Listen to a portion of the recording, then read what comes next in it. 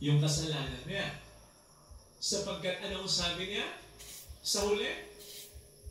Subalit ang dumating, yung anak niyo yan, hindi niya sinabing, nang dumating yung kapatid ko, at least may connection pa kahit pa paano eh.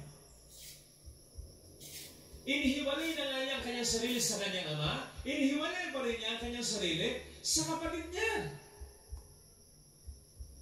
Na napakasakit para sa isang ama. Dalawa na lang kayo, magtatakwilan pa kayo, at ikaw ang panganay, baka nakakalimutan mo.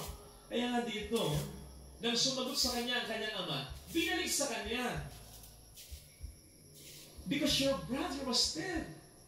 Hindi sinabi ng ama, sapagkat ang anak ko ay patay. No, yung kapatid mo, binalik sa kanya, pinaalala mo sa kapatid mo yan. So dito, mas tumindi ang kanyang kasalanan. Ano ang sabi sa isang sipi sa Biblia? If I'm not mistaken, 1 Peter ito. Dito mo ma-recognize, kung sino ang anak ng Diyos